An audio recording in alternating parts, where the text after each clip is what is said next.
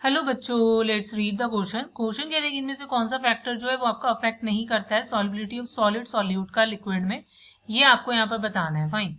सो मेरे पास यहाँ पर क्या चार ऑप्शन है, इनमें से कोई एक करेक्ट होगा। तो सबसे पहले हमें की कॉन्सेप्ट समझना होगा। की कॉन्सेप्ट कहता है कि आपको ये पता होना चाहिए कि what is your basically solubility. So अगर मैं सॉलिबिलिटी को डिफाइन करती हूँ, सो सॉलिबिलिटी होता है कि कितना कितना मैक्सिमम अमाउंट ऑफ सॉलिबिलिटी होता है कि कितना मैक्सिमम अमाउंट ऑफ आपका सॉल्यूट जो है वो आपका डिसॉल्व हो सकता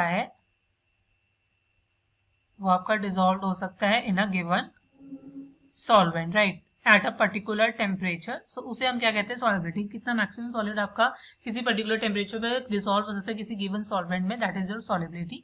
now if they talking about the solubility of solid solute in liquid, so मतलब हमारे पास यहाँ पर सॉल्यूट जो है वो हमारे पास सॉलिड है और लिक्विड जो है मतलब सॉल्वेंट वो बेसिकली क्या है, एक लिक्विड है, राइट।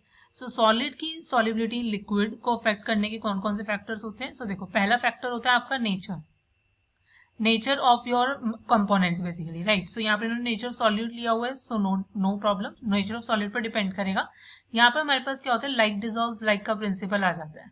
सो ये प्रिंसिपल ये कहता है कि अगर सॉल्यूट पोलर है तो वो पोलर सॉल्वेंट में ही डिजॉल्व होगा, अगर सॉल्यूट नॉन पोलर है तो वो नॉन पोलर में ही होगा। सो ये इस पर डिपेंड करेगा डेफिनेटली, राइट। सेकेंड फैक्टर जो होता है जिस पर डिपेंड करता है वो होता है टेम्परेचर, राइट। सो टेम्परेचर भी डिपेंड करती है आपकी सॉलिबिलिटी। सो ली चार्टलेस प्रिंसिपल के अकॉर्डिंग ये कहता है कि अगर डेल्टा एच सॉल्यूशन मतलब आपका सॉल्यूशन जो है उसका डेल्टा एच वैल्यू जो ग्रेटर देन जीरो मतलब एंडोथर्मिक है, सो उस केस में अगर टेम्परेचर बढ़ाओगे सो आपकी सॉलिबिलिटी भी जो होगी वो इंक्रीज करेगी, राइट।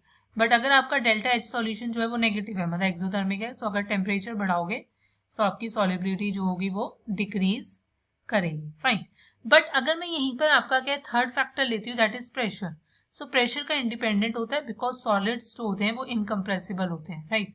सॉलिड्स जो होते हैं आपको पता है कि इनमें फोर्सेज ऑफ अट्रैक्शन ज्यादा होते हैं, यहाँ पर हमारे पास फोर्सेज ऑफ अट्रैक्शन क्या होते हैं, ज्यादा होते हैं।